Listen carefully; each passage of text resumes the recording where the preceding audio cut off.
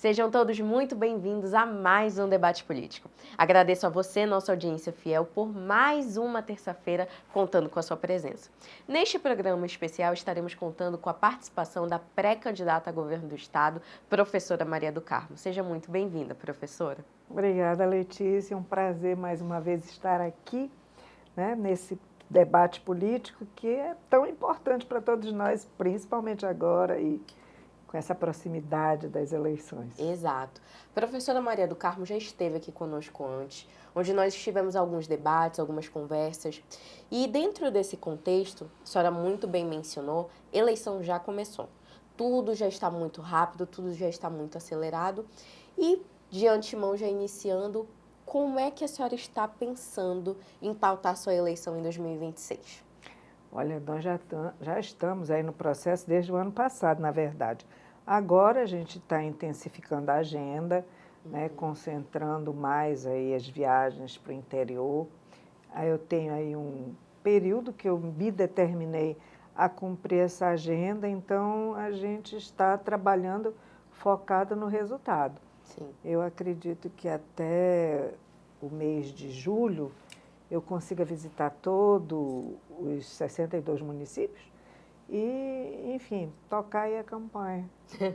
Professora Maria do Carmo, um ponto muito importante na sua trajetória é que a nossa audiência, o nosso telespectador fiel aqui do debate político, ele sabe que a senhora já participou de outros pleitos.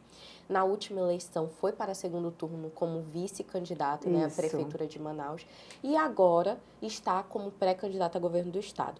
Até o momento, a senhora é a única mulher do pleito e não podemos deixar de falar de representatividade. Como é que a senhora se sente sendo a única mulher? Olha, eu fico honrada, mas eu acho assim que é uma luta pessoal. Não foi uma escolha, né? Eu me coloquei à disposição aí para disputar, como geralmente eu tenho feito na minha vida, eu tenho ido atrás, corrido atrás dos meus sonhos, como se diz, dos meus projetos. Então, assim, se eu posso falar alguma coisa para as mulheres, é que a gente tem que colocar a cara realmente na rua, colocar para andar, porque às vezes as coisas não vêm para você. Então você tem que ir atrás. Eu, na minha vida, tenho sido assim. E graças a Deus nunca encontrei obstáculos, mas de fato eu quero dar para todas as mulheres a oportunidade delas se colocarem aí à disposição. A gente está precisando de representatividade na política, nós estamos precisando de políticas públicas de fato voltadas para a mulher, não de discurso, e isso acho que só outra mulher consegue fazer e colocar em prática. Então, assim, eu estou bem animada por ser a única mulher, deveriam ter outras, acho que, quem sabe, até vai surgir outra candidata, mas, assim, me sinto bem à altura do desafio. Olha, um ponto que a senhora falou em relação à representatividade de políticas públicas voltadas à mulher, nós estamos vivendo no Brasil uma epidemia realmente em relação à violência doméstica. E um dos fatores que também se associam à violência doméstica é a violência de gênero, a violência política. Queríamos que a senhora comentasse um pouco em relação a isso e também falasse um pouco da sua experiência em uma das suas eleições. A senhora relatou uma violência política sofrida por ser mulher e gostaríamos de saber sua opinião em relação a isso. Olha só, realmente a gente está no meio de uma epidemia, né?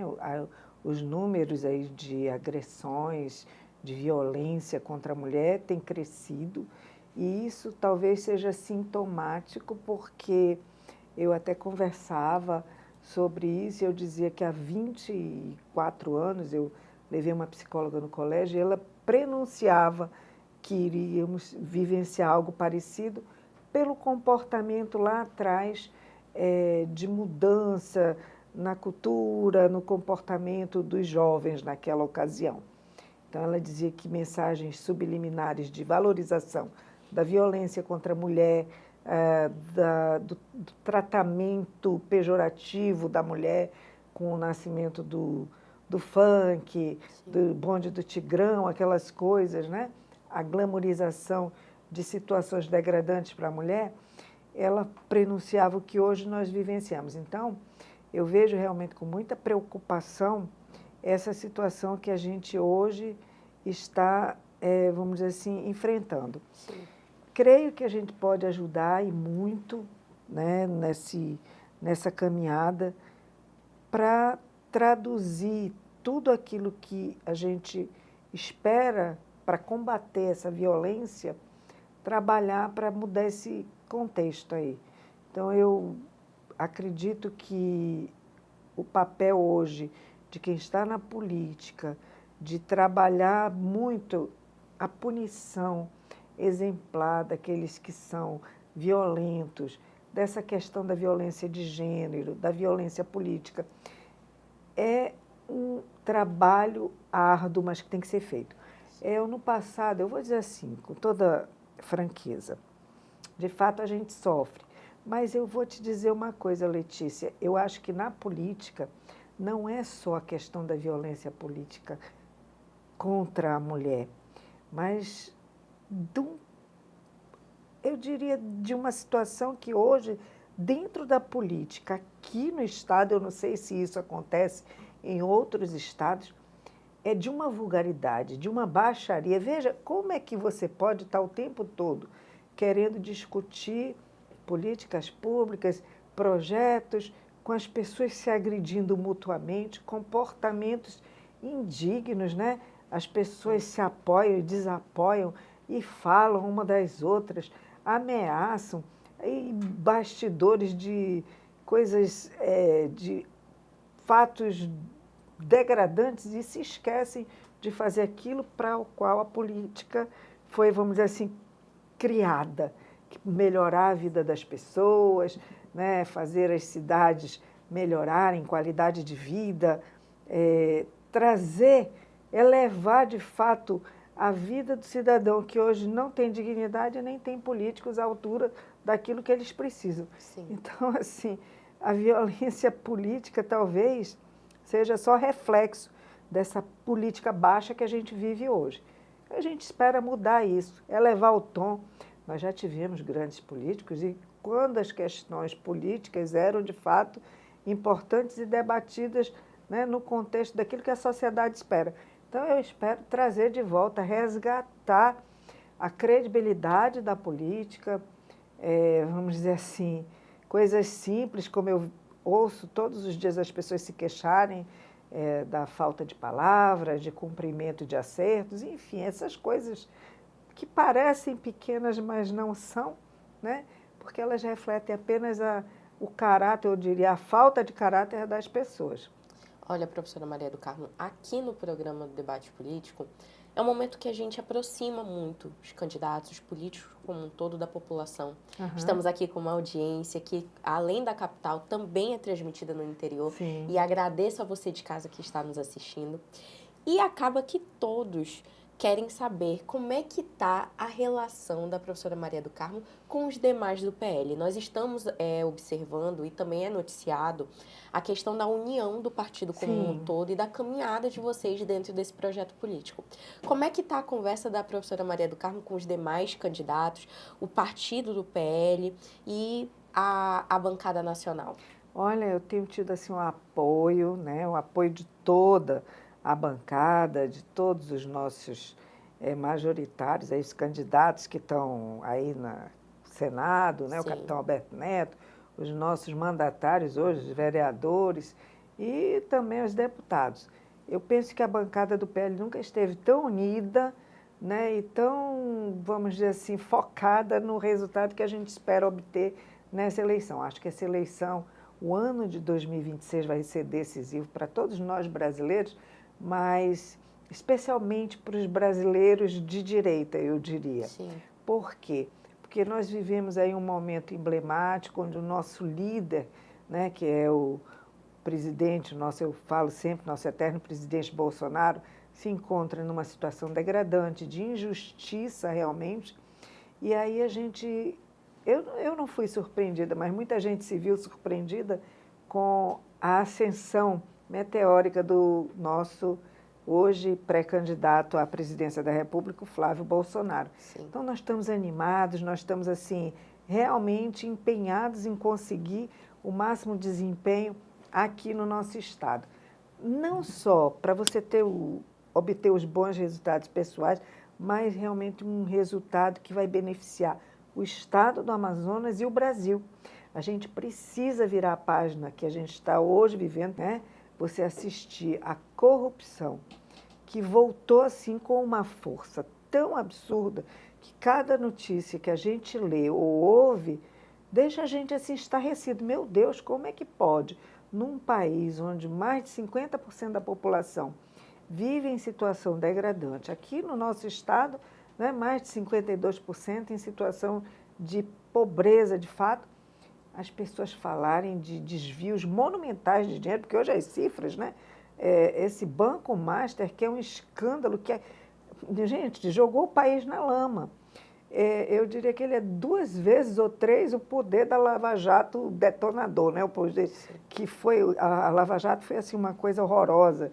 Eu penso que o banco é 2 vezes mais pior do que a Lava Jato.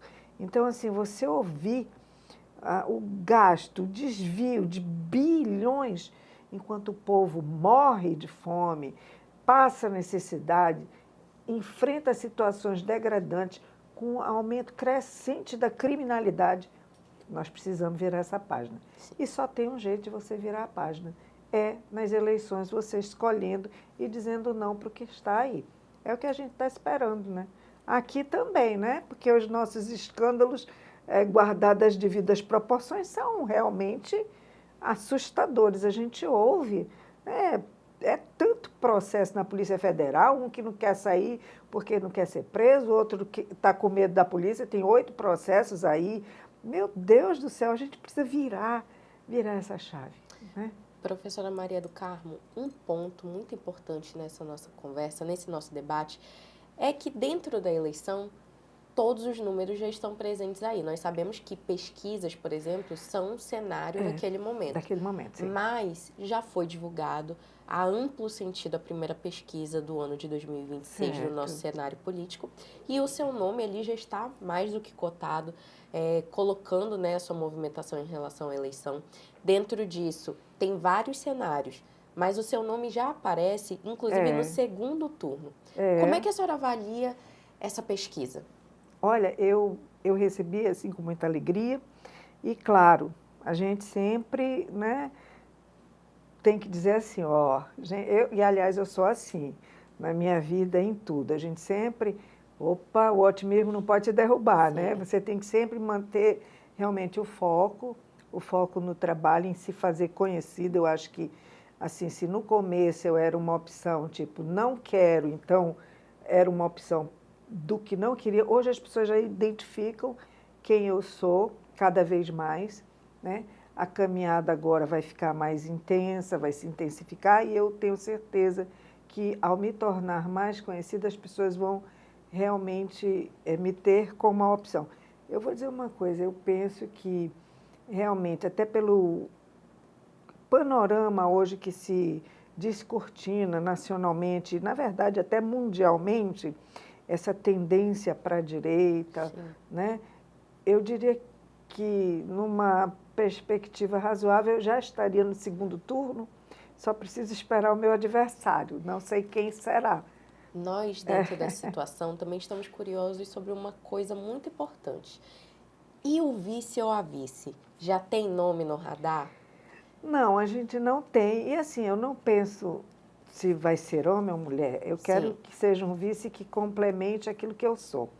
Eu venho da iniciativa privada, eu acho que a gente precisa ter uma pessoa com um perfil mais político, para ser complementar, né? Para a gente ter um complemento aí, que eu acho importante e necessário. Então, a gente está avaliando alguns nomes e aí, quem sabe? Vamos aguardar. A você que está nos acompanhando, agora nós vamos entrar no quadro favorito aqui do debate político, super conhecido. Conhecido, inclusive, pelas polêmicas que ele gera. E nós vamos querer saber agora a sua opinião. Pode tirar aqui alguma carta, onde nós vamos estar descobrindo um dos players ou perfil político que a professora Maria do Carmo vai comentar. Eduardo Braga. Tiramos aqui o senador Eduardo Braga, que será candidato à reeleição. O senador Eduardo Braga, ele está com um perfil onde muitas pessoas vêm comentando em que cenário ou de que lado ele realmente estaria, uma vez que se encontra tanto com o prefeito Davi Almeida, com o senador Omar Aziz, e não se sabe muito bem o lado que ele está. Eu acho que ele está do lado dele. Perfeito. Dentro dessa situação, qual a sua opinião em relação ao senador Omar Aziz? Eu acho que o senador, ele já vem aí de um mandato de 8 anos, né? E realmente já deve estar sentindo o peso do desgaste natural que tem, que as pessoas elas vão assim, vamos dizer, esperando algo acontecer que não aconteceu. Então, assim, talvez ainda tenha um eleitorado forte no interior, porque o interior sempre é mais afeto a essa situação de, vamos dizer assim, de benefício, tem o prefeito, enfim. Mas a capital já está mais, né, vamos dizer assim, mais seletiva. E nesse sentido, eu acho que ele vai lutar bastante aí por essa reeleição. Nós temos aí o nome do capitão Alberto Neto, que é forte. Eu acredito que ele é o que está, de fato, com a primeira vaga, e a segunda vaga vai ser aí uma briga entre Eduardo Braga, Plínio Valério, que são mais ou menos os de esquerda, né? Sim. Eu imagino. A sua opinião dentro em relação não somente a ele, mas um cenário geral. Dentro da sua visão política, a senhora acredita na necessidade de uma renovação? Isso é fundamental. Eu acho que renovar faz parte da vida. Eu acho que tudo deveria ter um começo, um meio e um fim para que pudesse, né, ter esse sentido de renovação. Principalmente na política, porque, imagina, 30 anos, a pessoa vai perdendo, às vezes, o senso crítico, vai se tornando muito voltado para si mesmo, menos para aquilo Sim. que ele foi eleito, que é a sociedade. E o olhar vai permanecendo, vai permanecendo o mesmo. É muito difícil você se reinventar dentro de determinados contextos. Eu acho que a política é um deles. Então, assim, eu acho que a pessoa deveria saber a hora de se retirar, mas às vezes, né, o poder inebria e... Perfeito. Próxima carta. Governador Wilson Lima. O governador Wilson Lima, recentemente, teve uma declaração em que ele afirmou que não sairia, né, da cadeira, que ficaria até o final de seu mandato. E dentro dessa situação, um grande olhar que se voltou é para quem ele iria apoiar. Dentro dessa situação, gostaria que a senhora comentasse, opinasse em relação ao governador Wilson Lima e também nos informasse ou esclarecesse, a não somente o debate político, mas a audiência, se existe a possibilidade de contar com o apoio do governador Wilson Lima nessas eleições. Eu imagino que ele está caminhando para o lado oposto, né? Por tudo que a gente ouve. E assim, eu penso mesmo que hoje existem pessoas que têm a capacidade de transferir capital político e outras não. Eu vou dar um exemplo. O nosso presidente Bolsonaro, ele é uma dessas pessoas que ele transfere, ele tem esse poder. O presidente, não. Tanto que quando ele tenta ele não ser o candidato, a coisa muda de figura. No caso do nosso governador, eu penso que ele perdeu essa conexão com o povo, né, ao longo desses 8 anos de mandato, e hoje eu penso que ele não agrega de jeito nenhum, porque ele carrega uma rejeição muito grande. Assim, acho que ele inclusive perdeu essa conexão por falta de escuta da sociedade. Eu gosto de dizer que eu trabalho com pessoas há muitos anos e acho que é fundamental você ouvir e escutar, claro, porque é isso que vai fazer a diferença. E eu ando na rua, quando eu converso com as pessoas, eu ouço as reclamações, eu ouço as queixas, né?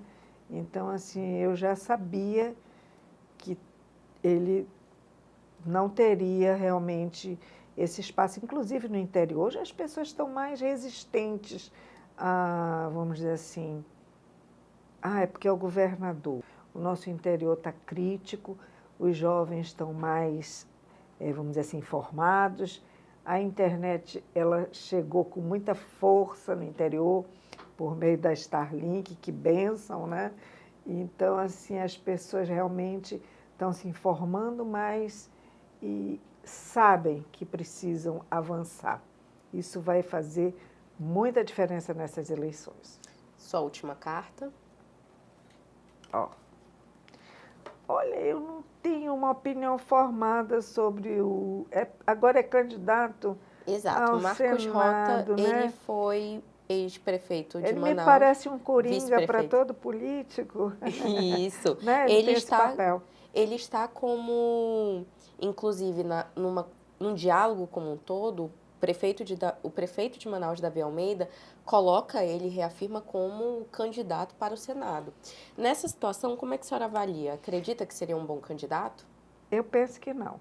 Uhum. Eu tenho certeza que não seria o senador que o Amazonas merece.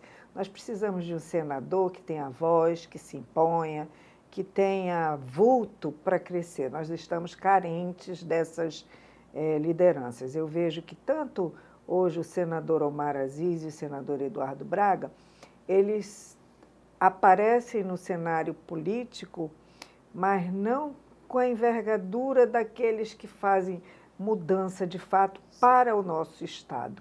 Né? Eles são mais pessoas que trabalham politicamente a favor e a serviço do governo que aí está, do presidente Lula.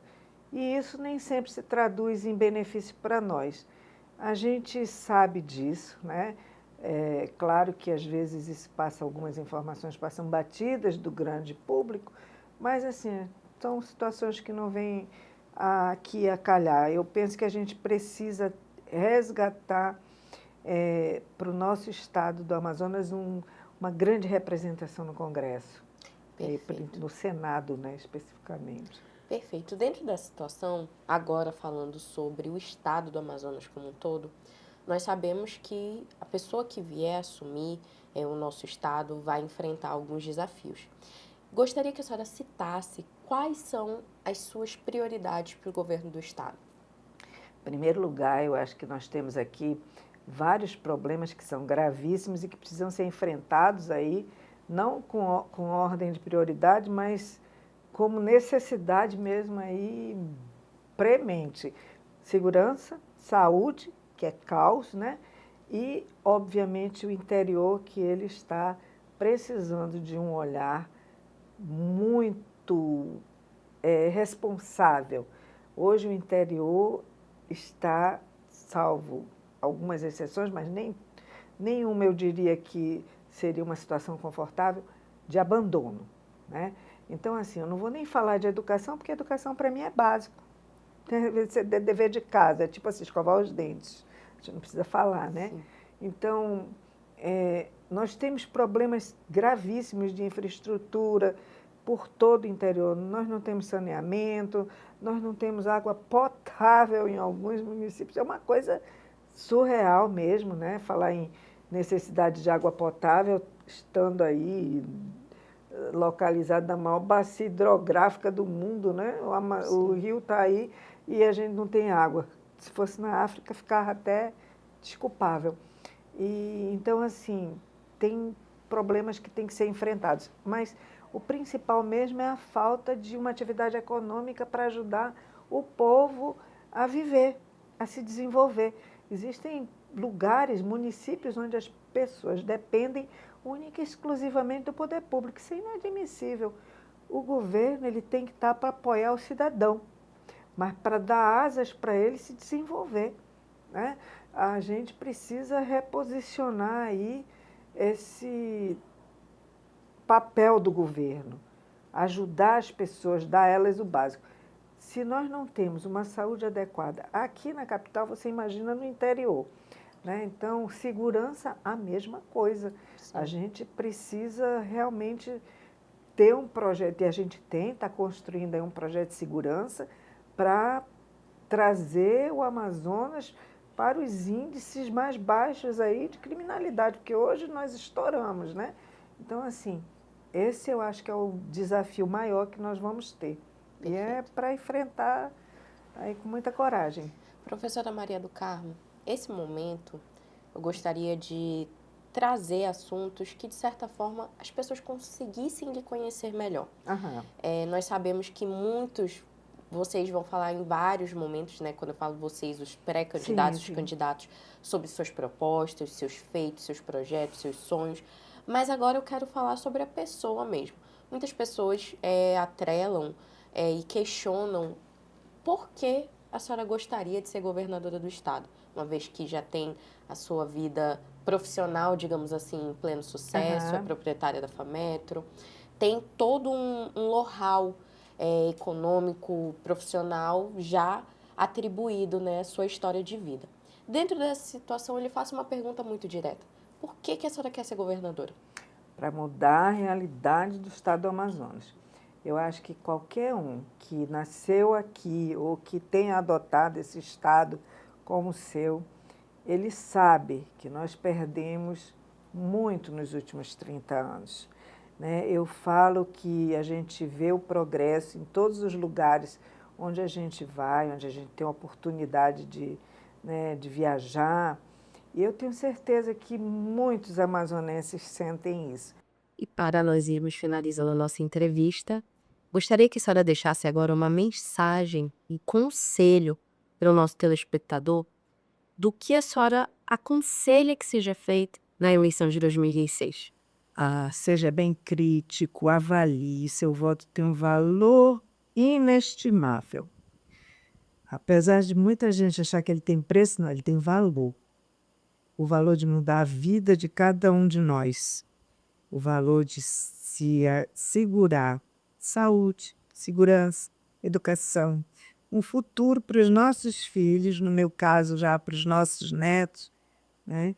Então, assim, o futuro para os jovens que estão começando, um lugar realmente do qual nós possamos nos orgulhar.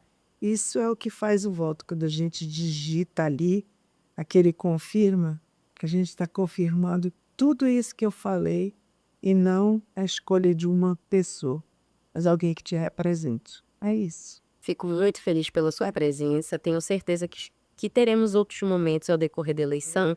A senhora é mais do que convidada para estar aqui e agradeço a sua participação. Eu que agradeço, estou às ordens, sempre que precisar.